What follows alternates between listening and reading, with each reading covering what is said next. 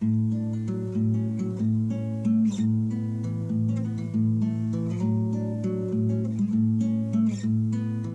everybody, welcome back to Conscientious Omnivore. My name is Paul. Back with another video here from my in-laws place where we have the two raised beds. You guys may remember from forever and a day ago when we made the little greenhouse tent things for this, and basically it's the gift that keeps on giving. Today we came out to refresh the beds because we want to get seeds started for the season.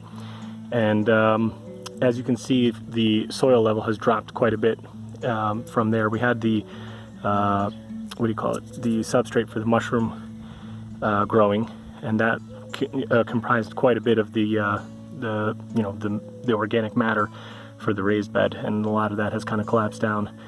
And some of it is also just from the removal of the soil when we took out the plantings and moved them out to the main gardening beds.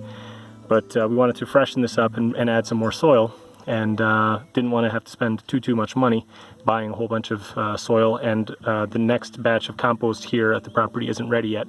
I didn't feel like taking apart the compost bin just yet. So one thing we did is we have a lot of just woody material.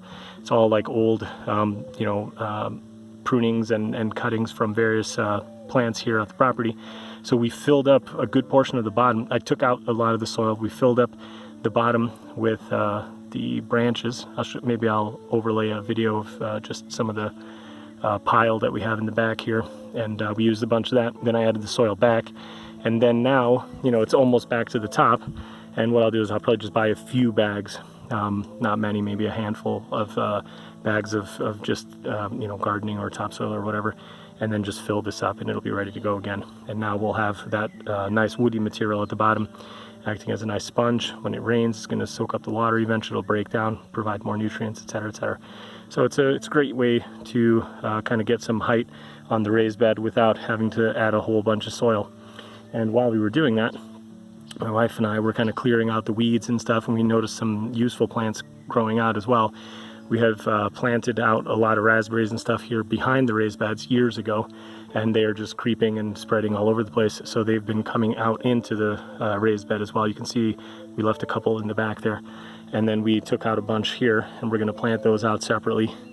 And then in addition to that, we also found a bunch more volunteer plants. We found these two little guys right here. They were very interesting, and when my wife and I pulled them up, we realized they were some type of stone fruit. And this one, we couldn't see the original hard seed around it. We just saw the inside, so it looks just like an almond.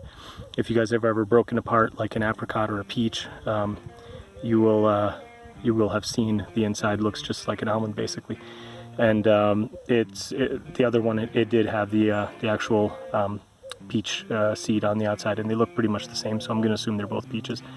And then we also found two what look like apple trees over here, which makes sense because this is all compost soil, so it would have been probably a gazillion apple seeds in here from our regular compost.